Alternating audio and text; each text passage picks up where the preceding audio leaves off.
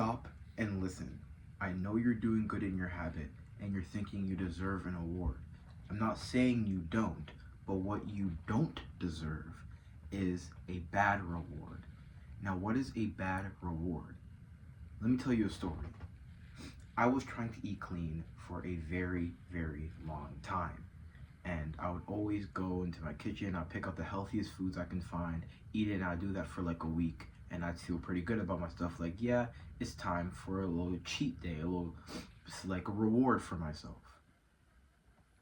The first thing that I do, that I go in my pantry, and there's like a lot of pastries, a lot of cakes and stuff like that. I grab the entire thing and I eat half of it. Like, imagine like a cake, like pastry type thing. I eat half of it. And most people will be like, you're rewarding yourself, you did pretty good for the week, now it's time to have some junk food. Wrong. The best way to reward yourself is to reward yourself with something that benefits to the habit that you're trying to build. There's a concept I want you to understand, which is casting votes. Casting votes is the things that you do that make you believe a certain identity. You're casting a vote towards that certain identity. Every single time you lay down and you scroll on your phone, you're casting votes that you are lazy and you are a doom scroller.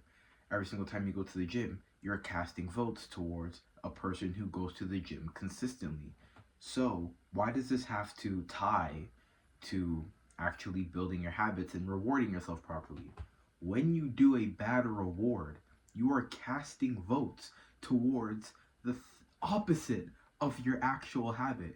So when you eat clean and you eat junk food as a reward, you just casted a vote that goes against what you're trying to build. When you read or study and you do pretty good and then you start scrolling on your phone after, you're casting a vote as a person who scrolls on their phone who doesn't work hard. So what do you actually do to reward yourself? Do something that benefits your habit. For example, if you've been going to the gym and you've been pretty consistent, the best thing that you can do for yourself is to go to the store and like buy some gym clothes, because that actually adds to your gym habit. Because now you're going to want to go to the gym more because, oh yeah, I just bought those new gym clothes. Let me put them on and hit a workout. If you're studying, the best thing that you can do to reward yourself is rather to take a nap or to drink some tea or something relaxing. Because after you take a nap, after you drink some tea, you feel nice and energized and stuff like that. Your nerves are all calmed down. And you get back to the table and then you actually study more, study better. You want to study. Stop choosing rewards that go against what you want to build. Pick the reward, whatever that may be for you. You don't have to do the ones I said yet. Those ones are pretty good. Pick the rewards that actually benefit your habit. Because what's going to happen is that you're going to do the reward. You're going to feel pretty good, like, yeah, I got those clothes or whatever. And then you're going to want to do the habit the next day because your reward adds more fuel to your fire.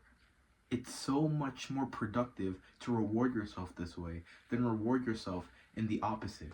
Because say you take the person who ate the junk food after they had a clean diet for a week, they're going to wake up the next morning sluggish and like their breath is stinky or something like that. And they're not going to want to go to the gym because they feel horrible. But say if they actually went out and did something more productive, they're going to be in a much better mood mentally and physically to go to the gym and hit it harder, which makes them more progress in their goal. Reward yourself properly. I'm not saying you don't deserve an award. You do. But you deserve the right award. That's it.